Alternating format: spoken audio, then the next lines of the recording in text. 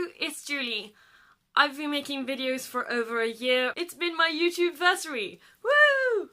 This video I'm going to run you through my TBR for 2017. These are all novels that I own that I hadn't read when 2016 ended. So here, in no particular order, is my TBR. First we have Unless by Carol Shields. It's about a woman who experiences that her daughter withdraws from society, and as far as I can gather, it's about her internal journey throughout this. Next we have Jack the Lad and Bloody Mary by Connolly. It's about a married couple and what they go through in war-torn London, and what their lives become when it's all thrown up in the air by the war. Next we have The Spy by Paulo Coelho. It's about Mata Hari, a woman who was a dancer and courtesan in Paris during the First World War. Next is Elena Ferrante's My Brilliant Friend. I know I'm late to this and I've heard mixed reviews, but I hope I'll like it. It's about two girls growing up together as good friends in Italy. Next we have More Than This by Patrick Ness. This is a book about what happens when you die, a sort of conceptual book that gets you thinking. It's a YA book and it's pretty intense,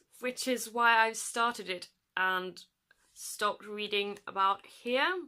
I want to finish reading this, but I need to be in the right frame of mind. Next is The Wall Creeper by Nell Zink. When I asked for good recent literature, this is what the woman in foils gave me. I know very little about this, except that it's supposed to be about a marriage, and the prose is supposed to be really good. Next we have Swing Time, my first ever Zadie Smith novel. This is about two girls growing up being friends, and I think it also features dance and theatre. It's set in both London and West Africa, and I think it's going to be an interesting read. Next we have Landline by Rainbow Rowell. I've only read YA novels by Rainbow Rowell, and I loved Eleanor and Park. This will be my first foray into her adult fiction. It's about a marriage that's falling apart and trying to fix it via a magical phone that can call back in time.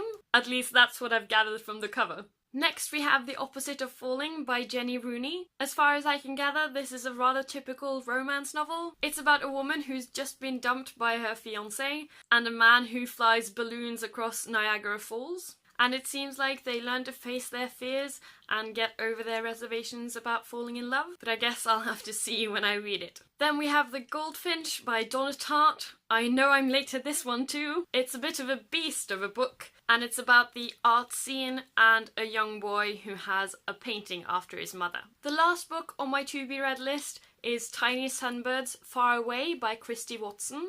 It's about a young girl who has to move from a big city in Africa to the countryside, and it's about adapting to that new life. I'm really looking forward to reading this because learning about new places and new cultures is one of the main reasons why I read. So I was hoping that by sharing my to-be-read list, this would keep me more accountable. I will try to remember to talk about these books in a review or a wrap-up video when I've finished reading them. I hope all your reading goals for 2017 are going well, and I'll see you next time. Ha there!